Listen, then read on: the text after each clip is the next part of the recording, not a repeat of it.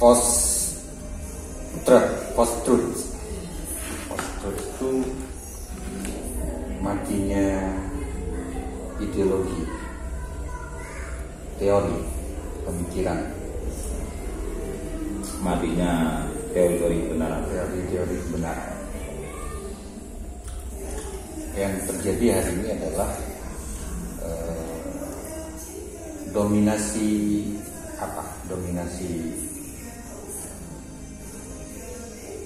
pendapat yang secara umumnya, pendapat yang diakui kemudian dan dipaksa untuk diakui secara umum kebenaran. Nah, ketika teori-teori kebenaran itu sudah tidak menjadi acuan untuk menilai apakah suatu pernyataan itu benar atau tidak, maka semua orang itu bisa mengklaim diri paling benar.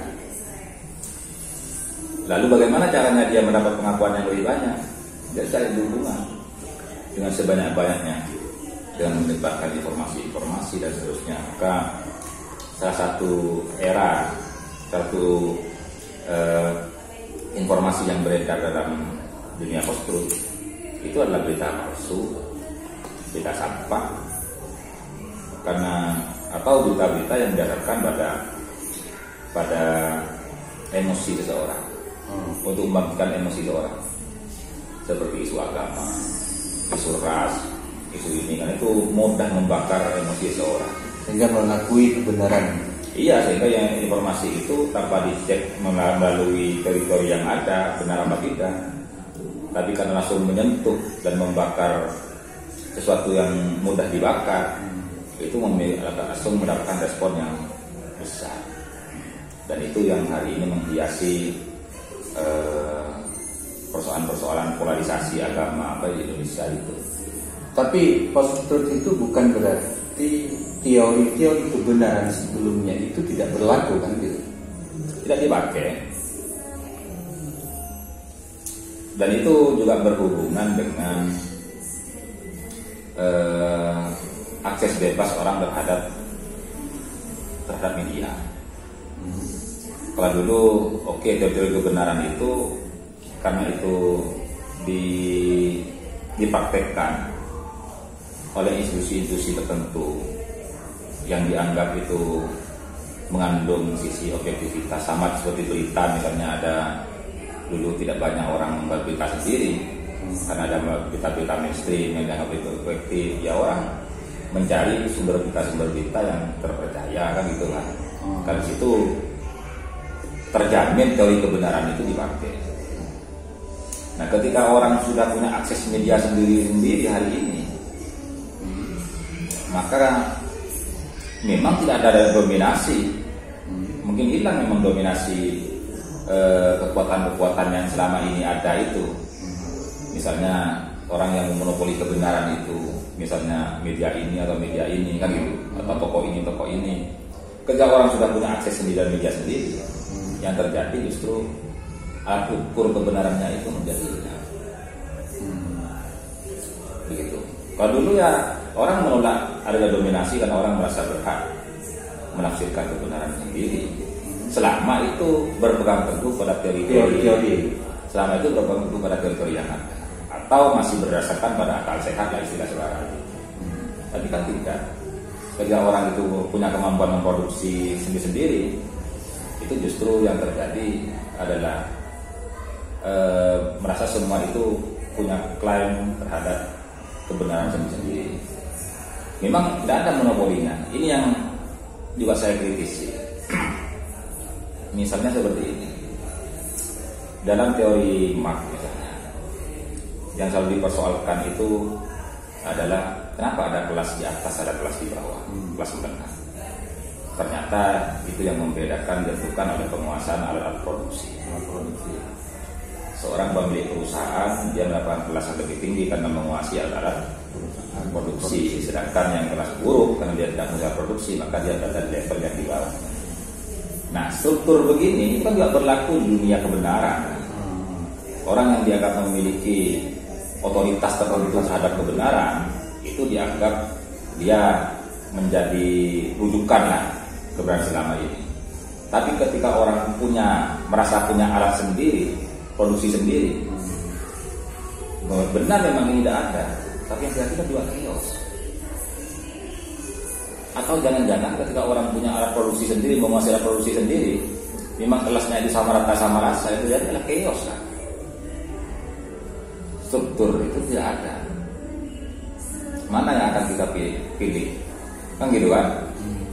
Kebenaran seperti apa yang kita pilih dengan berita yang informasi yang simpang siur selama ini? Atau hidup tanpa kelas itu mungkin jangan-jangan juga akan seperti itu. Oh, semuanya orang itu dalam satu level yang sama, kan gitu. Berarti kan ada orang yang akan mengikuti orang lain.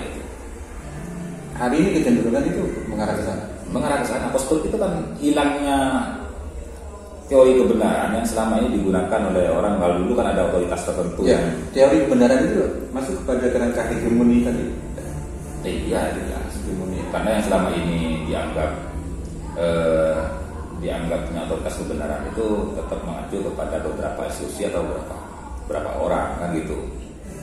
Kan itu berjalan cukup baik meskipun ada kritik bahwa kebenaran itu tidak dimonopoli oleh golongan tertentu. Nah, hilangnya kelas ini kan sebenarnya digambarkan juga pada teori sebelumnya. Iya, ketika hilang kelas seperti ini kan struktur itu buyar. Ketika struktur ini buyar, tidak ada jaminan bahwa orang itu punya alat kebenaran yang absah. Nah, iya itu kan artinya yang berjalan ini adalah teori yang ada sebelumnya, yang beberapa pihak mungkin mengupayakan, ya kan, mengupayakan bahwa semua orang punya otoritas sendiri lah untuk mengklaim diri yang paling benar. Artinya punya hak. Artinya ada hegemoni yang sedang berjalan hari ini. Karena apa yang terjadi hari ini sudah ada gambarannya di teori-teori sebelumnya. Saya melihat situasi ini berbeda dari teori sebelumnya. Artinya lepas atau keluar dari teori, gambaran-gambaran teori. Iya. Meskipun beberapa sisi yang terjadi hari ini itu mungkin menjadi impian beberapa orang sebelumnya, seperti hilangnya dominasi, hilangnya hegemoni, hilangnya monopoli, tidak adanya kelas, tidak adanya media yang mainstream yang hari ini mendominasi bahwa semua berita itu hanya ini yang boleh dipercaya, tidak kan gitu. Nah, tapi kan yang berkembang akhirnya ketika ini sudah hilang kelas begini, katanya ini lost control. Ketika lost control begini, orang kan bisa memalsukan informasi, kan gitu kan? Kalau sudah tidak ada alat untuk mengukur benar mana yang benar mana yang tidak, teori itu sudah tidak berlaku. Maka siapa orang yang paling banyak? Artinya ini keluar dari kontrol teori tadi. Ketika ini tidak berlaku teori itu, seharusnya untuk mengukur bahwa ini dianggap benar atau tidak, semakin siapa yang paling banyak pendukungnya.